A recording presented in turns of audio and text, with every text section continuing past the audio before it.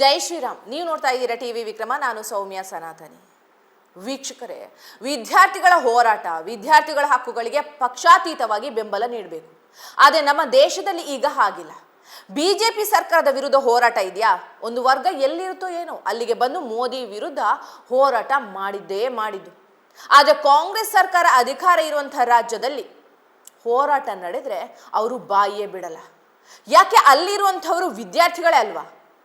ಈಗ ನೋಡಿ, ನೀಟ್ ಅಕ್ರಮ ಅಂತ ಸಿಜೆಪಿ ದೆಹಲಿಯಲ್ಲಿ ಹೋರಾಟ ಮಾಡಿದಾಗ ಯಾರೆಲ್ಲ ಬೆಂಬಲ ಕೊಟ್ಟರು? ಮೋದಿ ಸರ್ಕಾರಕ್ಕೆ ಬಾಯಿಗೆ ಬಂದಂತೆ ಬೈದ್ರು. ಕೊನೆಗೆ ಧರ್ಮೇಂದ್ರ ಪ್ರಧಾನ್ ರಾಜೀನಾಮೆ ಕೂಡ ಕೊಟ್ಟರು. ಅದೇ ಜಾರ್ಖಂಡ್ನಲ್ಲೂ ವಿದ್ಯಾರ್ಥಿಗಳು ಹೋರಾಟ ಮಾಡ್ತಾ ಇದ್ದಾರೆ. ದೆಹಲಿಗೆ ಹೋಗಿ ಬೆಂಬಲ ನೀಡಿದವರು, ಧ್ವನಿ ಎತ್ತಿದವರು ಒಬ್ರಾದು ಜಾರ್ಖಂಡ್ ವಿದ್ಯಾರ್ಥಿಗಳ ಹೋರಾಟಕ್ಕೆ ಬೆಂಬಲ ನೀಡಿದ್ರಾ? ಇಲ್ಲ. ಯಾಕೆ ಹೇಳಿ? ಜಾರ್ಖಂಡ್ನಲ್ಲಿ ಬಿಜೆಪಿ ಅಧಿಕಾರದಲ್ಲಿ ಇಲ್ಲ, ಅಲ್ಲಿರೋದು ಕಾಂಗ್ರೆಸ್. ಈ ಆಂದೋಲನ ಜೀವಿಗಳು ಇದಾರಲ್ವಾ, ಮೋದಿ ಸರ್ಕಾರದ ವಿರುದ್ಧ ಮಾತ್ರ ಹೋರಾಟ ಮಾಡೋದು. ವಿದ್ಯಾರ್ಥಿಗಳ ಹಕ್ಕಿಗಾಗಿ ಹೋರಾಟ ಮಾಡಲ್ಲ. ಅವರ ಟಾರ್ಗೆಟ್ ಏನಿದ್ರು ಮೋದಿ, ಬಿಜೆಪಿ. ನಾವು ವಿದ್ಯಾರ್ಥಿಗಳ ಹಕ್ಕಿಗಾಗಿ ಹೋರಾಟ ಮಾಡ್ತೀವಿ ಅಂದ್ರೆ ಜಾರ್ಖಂಡ್ಗೆ ಹೋಗಲೇಬೇಕಾಗಿತ್ತಲ್ವಾ? ವೀಕ್ಷಕರೇ, ಒಂದು ಕ್ಲಿಯರ್ ಮಾಡ್ತೀನಿ. ಜಾರ್ಖಂಡ್ನಲ್ಲಿ ಕಾಂಗ್ರೆಸ್ JMM ಮೈತ್ರಿ ಸರ್ಕಾರ ಇದೆ. ಅಲ್ಲಿ ಹೇಮಂತ್ ಸೊರೇನ್ CM. ಈಗ ಕರ್ನಾಟಕದಲ್ಲಿ KPSC ಇದೆಯಲ್ವಾ, ಹಾಗೆ ಜಾರ್ಖಂಡ್ನಲ್ಲಿ JPSC ಇದೆ. ಜಾರ್ಖಂಡ್ನ ರಾಂಚಿಯಲ್ಲಿ ವಿದ್ಯಾರ್ಥಿಗಳು ಸತತ 18 ದಿನದಿಂದ ಹೋರಾಟ ಮಾಡ್ತಾ ಇದ್ದಾರೆ. ದೆಹಲಿಯಂತೆ ಜಾರ್ಖಂಡ್ನಲ್ಲೂ ವಿದ್ಯಾರ್ಥಿಗಳು ಉಪವಾಸ ಸಹ ಕೂತಿದ್ದಾರೆ. ಇಲ್ಲಿ ಯಾವುದೇ ಧರ್ಮ ವಿರೋಧಿ ಘೋಷಣೆ ಆಗಲಿ, ಭಾಷಣ ಇಲ್ಲ.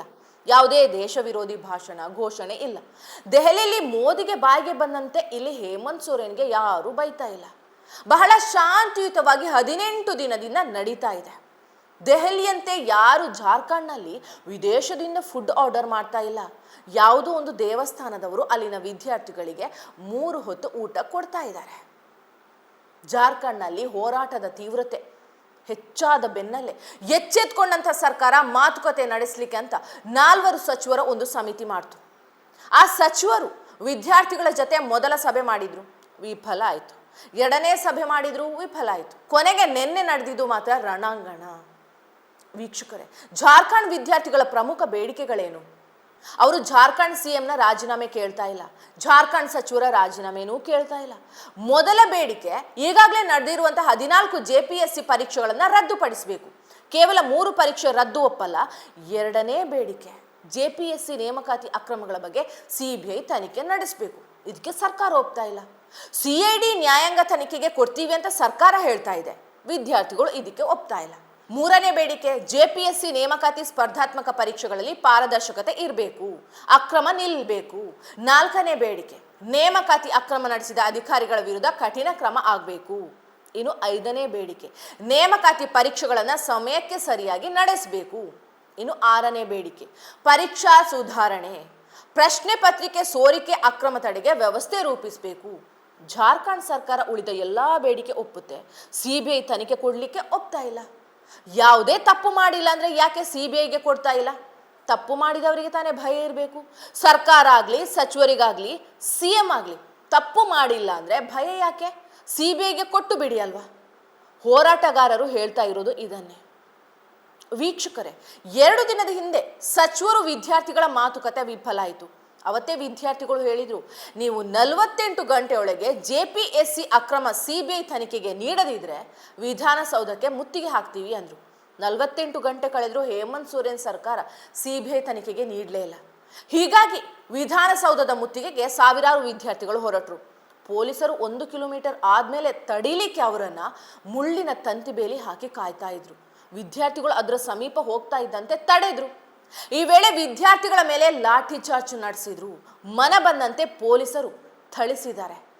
ವಿದ್ಯಾರ್ಥಿಗಳ ಮೇಲೆ ಜಲಫಿರಂಗಿ, ಟಿಯರ್ ಗ್ಯಾಸ್ ಪ್ರಯೋಗ ಮಾಡಿದ್ದಾರೆ. ಜಾರ್ಖಂಡ್ ಪೊಲೀಸರು ಹೇಗೆ ಹೊಡೆದಿದ್ದಾರೆ ಅಂದ್ರೆ ಹಲವು ವಿದ್ಯಾರ್ಥಿಗಳು ಗಾಯಗೊಂಡಿದ್ದಾರೆ. ಕಣ್ಣೀರಿಡ್ತಲೇ ಆಸ್ಪತ್ರೆಗೆ ಸೇರಿದ್ದಾರೆ. ವಿದ್ಯಾರ್ಥಿಗಳು ತಮ್ಮ ಹಕ್ಕು ಕೇಳಲೇಬಾರ್ದ? 2020ರಲ್ಲಿ ದೆಹಲಿಯಲ್ಲಿ ರೈತ ಸಂಘಟನೆಗಳ ಪ್ರತಿಭಟನೆ ಇತ್ತು. ಅವತ್ತು ರಸ್ತೆಯಲ್ಲಿ ಮುಳ್ಳು ತಂತಿ ಹಾಕಿದ್ರು. ಆಗ ಏನೆಲ್ಲ ಟೀಕೆ ಮಾಡಿದ್ರು. ಮೋದಿ ಸರ್ವಾಧಿಕಾರಿ, 1 2. ಈಗ ನೋಡಿ, ಜಾರ್ಖಂಡ್ ರಸ್ತೆಯಲ್ಲಿ ಮುಳ್ಳಿನ ತಂತಿ ಹಾಕಿದ್ರು. ಅದರ ಬಗ್ಗೆ ಯಾರು ಮಾತಾಡಿದ್ರಾ? ಇಲ್ಲ. ವೀಕ್ಷಕರೇ, ದೆಹಲಿಯಲ್ಲಿ ಸಿಜೆಪಿ ಪ್ರತಿಭಟನೆ ವೇಳೆ ಸಂಸತ್ಗೆ ಮುತ್ತಿಗೆಗೆ ಹೋದಾಗ ಲಾಠಿ ಚಾರ್ಜ್, ಟಿಯರ್ ಗ್ಯಾಸ್ ಪ್ರಯೋಗ ಮಾಡಿದ್ರು. ಅವತ್ತು ಏನೆಲ್ಲ ಆರೋಪ ಮಾಡಿದ್ರು?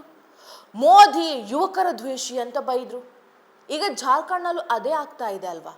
ಯಾವ ವಿಪಕ್ಷ ನಾಯಕರು ಕೂಡ ಜಾರ್ಖಂಡ್ ಲಾಠಿ ಚಾರ್ಜ್ ಬಗ್ಗೆ ಮಾತಾಡ್ತಾನೆ ಇಲ್ಲ. ಮೋದಿ ಸರ್ಕಾರದ ವಿರುದ್ಧ ಹೋರಾಟ ಇದ್ರೆ ಮಾತ್ರ ಇವರು ಬೆಂಬಲ ನೀಡೋದು ಅಲ್ವಾ? ಜಾರ್ಖಂಡ್ ಪೊಲೀಸರು ಹೇಳ್ತಾರೆ, ಲಾಠಿ ಚಾರ್ಜ್ ಮಾಡದಿದ್ರೆ ವಿದ್ಯಾರ್ಥಿಗಳು ವಿಧಾನಸೌಧಕ್ಕೆ ನುಗ್ಗೇ ಬೀಳ್ತಾ ಇದ್ರು ಅಂತ. ಅದಕ್ಕೆ ನಾವು ಅನಿವಾರ್ಯವಾಗಿ ಲಾಠಿ ಚಾರ್ಜ್ ಮಾಡಿದ್ವಿ ಅಂತಾರೆ.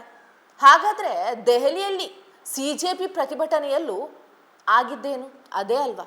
ಅವತ್ತು ಕೂಡ ಲಾಠಿ ಚಾರ್ಜ್ ಮಾಡದಿದ್ರೆ ಸಂಸತ್ಗೆ ವಿದ್ಯಾರ್ಥಿಗಳು ನುಗ್ಗೆ ಬಿಡ್ತಾ ಇದ್ರು. ದೆಹಲಿ ಲಾಠಿ ಚಾರ್ಜ್ ವಿರೋಧ ಮಾಡಿದವರು ಜಾರ್ಖಂಡ್ ಲಾಠಿ ಚಾರ್ಜ್ಗೆ ಯಾಕೆ ವಿರೋಧ ಮಾಡ್ತಾ ಇಲ್ಲ? ಈ ಆಂದೋಲನ ಜೀವಿಗಳು ಸಿಜೆಪಿ ಪ್ರತಿಭಟನೆ ವೇಳೆ ದಿನಕ್ಕೆ 2 ಪೋಸ್ಟ್ಗಳನ್ನು ಮೋದಿ ವಿರುದ್ಧ ಹಾಕ್ತಾ ಇದ್ರು. ಅದೇ ಜಾರ್ಖಂಡ್ ಪ್ರತಿಭಟನೆ ಬಗ್ಗೆ ಒಬ್ಬರಾದ್ರೂ 1 ಪೋಸ್ಟ್ ಆದ್ರೂ ಹಾಕಿದ್ರ? ನಾನು ವಿದ್ಯಾರ್ಥಿಗಳ ಪರ ಪ್ರತಿಭಟನೆಗೆ ಬೆಂಬಲ ಕೊಡ್ತೀನಿ ಅಂತ ಹೇಳಿದ್ರ? ಇಲ್ಲ.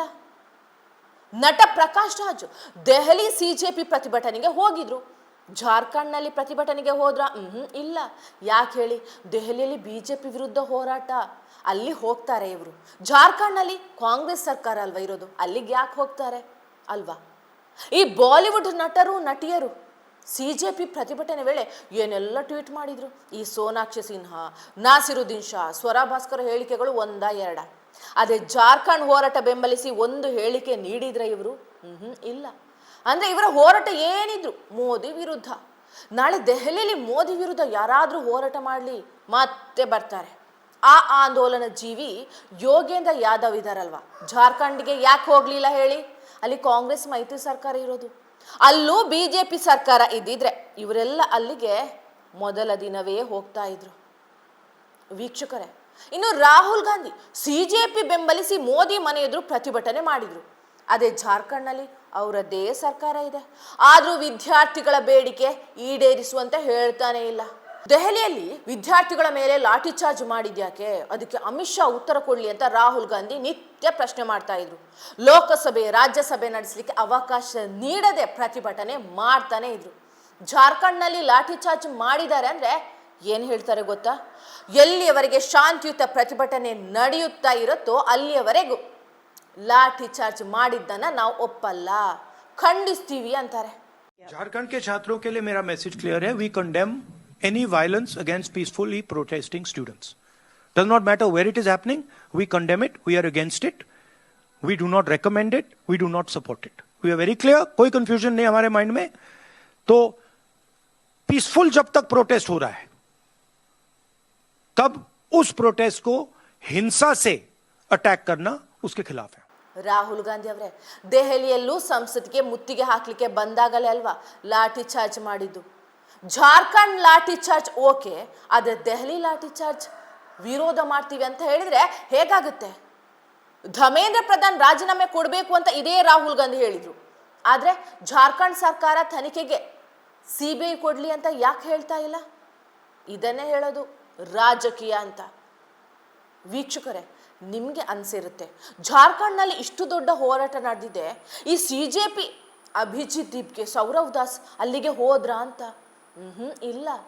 1 ದಿನ ವಿದ್ಯಾರ್ಥಿಗಳ ಹೋರಾಟಕ್ಕೆ ಬೆಂಬಲ ನೀಡಿದ್ರೆ ಇವ್ರದ್ದು ಹೋರಾಟ ಬಿಜೆಪಿ ವಿರುದ್ಧ ಮಾತ್ರವಾ? ಕಾಂಗ್ರೆಸ್ ಸರ್ಕಾರ ಇದ್ದ ರಾಜ್ಯದಲ್ಲಿ ವಿದ್ಯಾರ್ಥಿಗಳು ಪ್ರತಿಭಟನೆ ಮಾಡಿದ್ರೆ ಇವರು ಬೆಂಬಲ ನೀಡಲ್ಲ. ಜಾರ್ಖಂಡ್ ಬದಲು ಮಧ್ಯಪ್ರದೇಶದಲ್ಲಿ ಪ್ರತಿಭಟನೆ ನಡೆದಿತ್ತು ಅನ್ಕೊಳ್ಳಿ, ಇವರೆಲ್ಲ ಅಲ್ಲಿಗೆ ಓಡಿ ಹೋಗ್ತಾ ಇದ್ರು. ಯಾಕೆ ಹೇಳಿ? ಅಲ್ಲಿ ಬಿಜೆಪಿ ಸರ್ಕಾರ ಇದೆ. ಜಾರ್ಖಂಡ್ನಲ್ಲಿ ಹೋರಾಟ ನಡೆದು 18 ದಿನ ಆಯ್ತು. 1 ದಿನವೂ ಸಿಜೆಪಿ ನಾಯಕರು ಅಲ್ಲಿಗೆ ಹೋದ್ರ? ಅಂದ್ರೆ ಇವರ ಹೋರಾಟ ಮೋದಿ ವಿರುದ್ಧ ಮಾತ್ರ. ವೀಕ್ಷಕರೇ, ಜಾರ್ಖಂಡ್ನಲ್ಲಿ ಹೋರಾಟ ಹತ್ತಿಕ್ಲಿಕ್ಕೆ ಅಲ್ಲಿನ ಸರ್ಕಾರ ಎಲ್ಲಾ ಪ್ರಯತ್ನ ಮಾಡ್ತಾ ಇದೆ. ಪತ್ರಕರ್ತರನ್ನ ಬಂಧನ ಮಾಡುವ ಪ್ರಯತ್ನಕ್ಕೆ ಮುಂದಾಗ್ತಾ ಇದೆ. ನಿನ್ನೆ ಪ್ರತಿಭಟನೆ ಸುದ್ದಿ ಕವರ್ ಮಾಡಲಿಕ್ಕೆ ಬಂದಿದ್ದಂತಹ ಪತ್ರಕರ್ತ ಅಮನ್ ಚೋಪ್ರಾ ಅವರನ್ನ ಪೊಲೀಸರು ವಶಕ್ಕೆ ಪಡ್ಕೊಳ್ತಾರೆ.